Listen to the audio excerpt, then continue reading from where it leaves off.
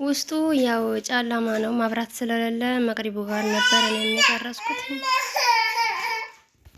ስለዚህ ያው ብዙ አይበየም። ውስጡ ጅባፍ ሆኖ 4 ክፍል ቤት ነው ማለት ነው። አሰላሙ አለይኩም ወራህመቱላሂ ወበረካቱ።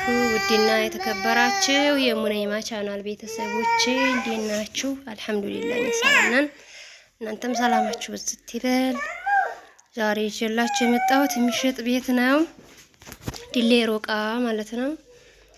ዲሌ ሮቃ ከገበያው አካባቢ ነው። እዛ ለገበያው ቅርብ የሆነ ነው እና ይህ ቤት ያው ከውጭ አንድ ግርፍ አለው፣ ውስጡ በጭቃ ተለስኗል ማለት ነው። ይቺ ጢስ ቤቷ ናት። ይህን ቤት ገዝተን እናድሳለን የምትሉ ካላችሁ የባለቤቷን የዚህን ቤት የቤቲቱን ባለቤት ማለት ነው ቁጥሯን ኮሜንት ላይ አስቀምጥላችኋለሁ። እየገባችሁ አውሯት። ያው መዝጊያው ቀይሮኝ ይላል። እንዲሁም ደግሞ ውስጡ የጭቃ ልስን ነው።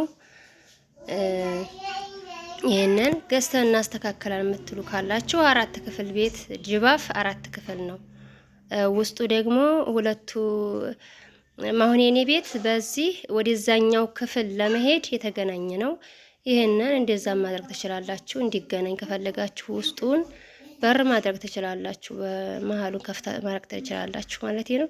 የኛው ግን የተዘጋ ነው። ለማከራየት ያኔ የተመቸ ነው እና ጨለማ ነው። የሄድኩት መቅረቡ ጋር ነበረ።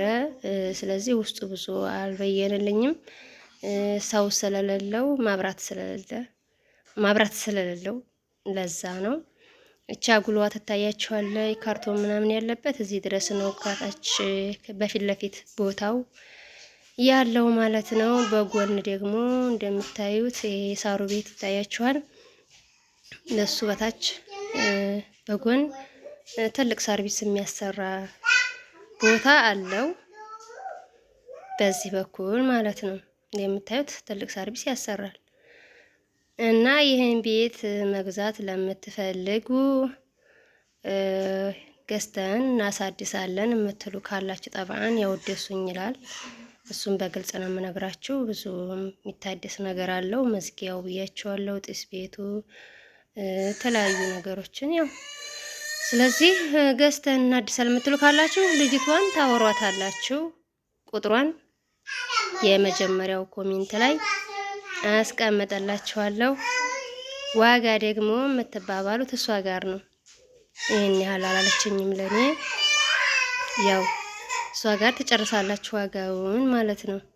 ያው እንደነገርኳችሁ ማሳደስ ከፈለጋችሁ ነው እንደዚህ መታችሁ ቀጥታ የምትገቡት አይደለም። መዝጊያውም ምናምን እና ያው መግዛት የምትፈልጉ ሰዎች እሷን ታወራታላችሁ። ባለቤቷ ቁጥሩን ኮሜንት ላይ አስቀምጥላችኋለሁ። ከዛ ቤተሰቦቻችሁ ቀርበው አይተውት ተነጋገራላችሁ ማለት ነው።